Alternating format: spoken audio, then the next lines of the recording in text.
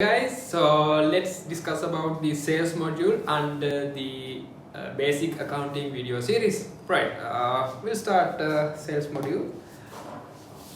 Right, when we come to sales module, hope you have already watched my purchase module video, and this is something like same to the purchase module, but the double entries and all those stuff totally different to the purchase module. Right, let's start. Right. We can start with the ordering level. So when it comes to ordering level, right, as the purchase module, in the purchase module we wanted to have vendors and we wanted to have item or GL accounts for the purchase process. Right, when it comes to ordering level, so I will say we need the customers. Just give me a minute. Right. When we start the purchase sales module, we need customers as well as from other side items or GL account. If you can't define those items, or if you are providing services, we'll have to create service items. Right. This is how customers you must need to have in your system in order to start this sales module.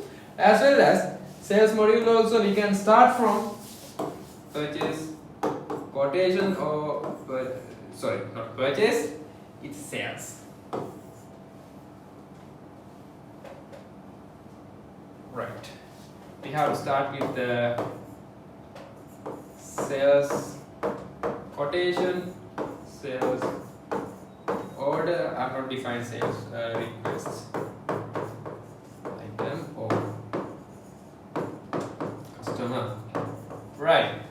We can start from this. As I told you, purchase module, we will not get any GL accounts at this point because this is just the acknowledgement and just ordering to ordering. At this level, we will not get any double entries for your account. Right. Then we are starting double entries at the point of dispatch level. Dispatch level means if you already produce those items, or if you are doing buy and selling business, once you are sending those goods to your customer, we record it on the dispatch level, which means we are dispatching that goods to the customer. So when we are dispatching goods, this cost of goods sold account get debit. What is this? Cost of goods sold account means P&L account, which means income and expense account. Especially we are recording these item cost under the cost of goods sold account. So this account related to income and especially the expenses. So we'll have to record this in debit side. It's because this is P&L account, right? As I told you, it's a kind of expenses. In cost of goods sold account, we have cost of items. Imagine we are producing items. Cost of the items we are recording at this point, which means it's an expense. So normally increase of expenses we have recording debit side. And inventory credit, how it's happened. So when we are dispatching our goods, it's going to inventory account, which means our inventory gets reduced. Inventory get reduced means inventory is an asset. Reduction of asset we'll have recording credit side.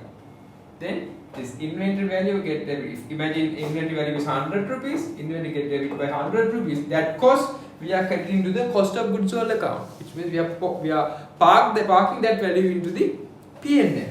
Right. This is what happened at the point of invoice level. Sorry. After dispatch, we are raising invoice.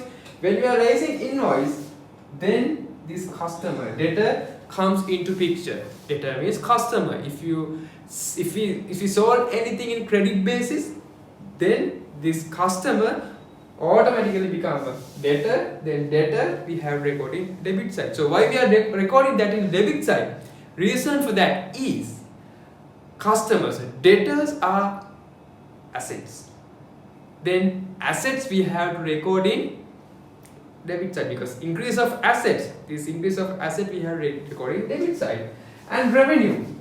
Revenue is an income. So you know always increase of income we have to record in credit side.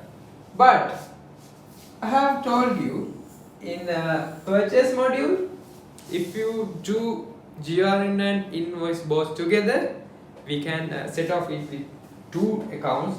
We can what we call we can forget about the good received not in IR account, and we can directly park to the items and vendors. But in sales module you can't do like that, because sales module, if you do these together, you must need to have these double entries. These all four double entries happen at the point of you are dispatching and invoicing together. Right. After that, payment process. Payment level means receipt, cash, receiving point.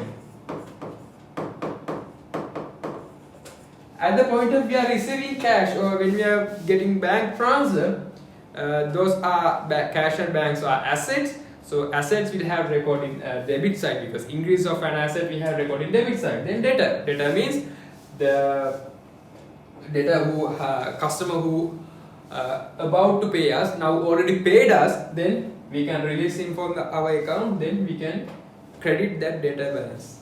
Then credit data get 0, and your revenue get credit, and cash account get debit.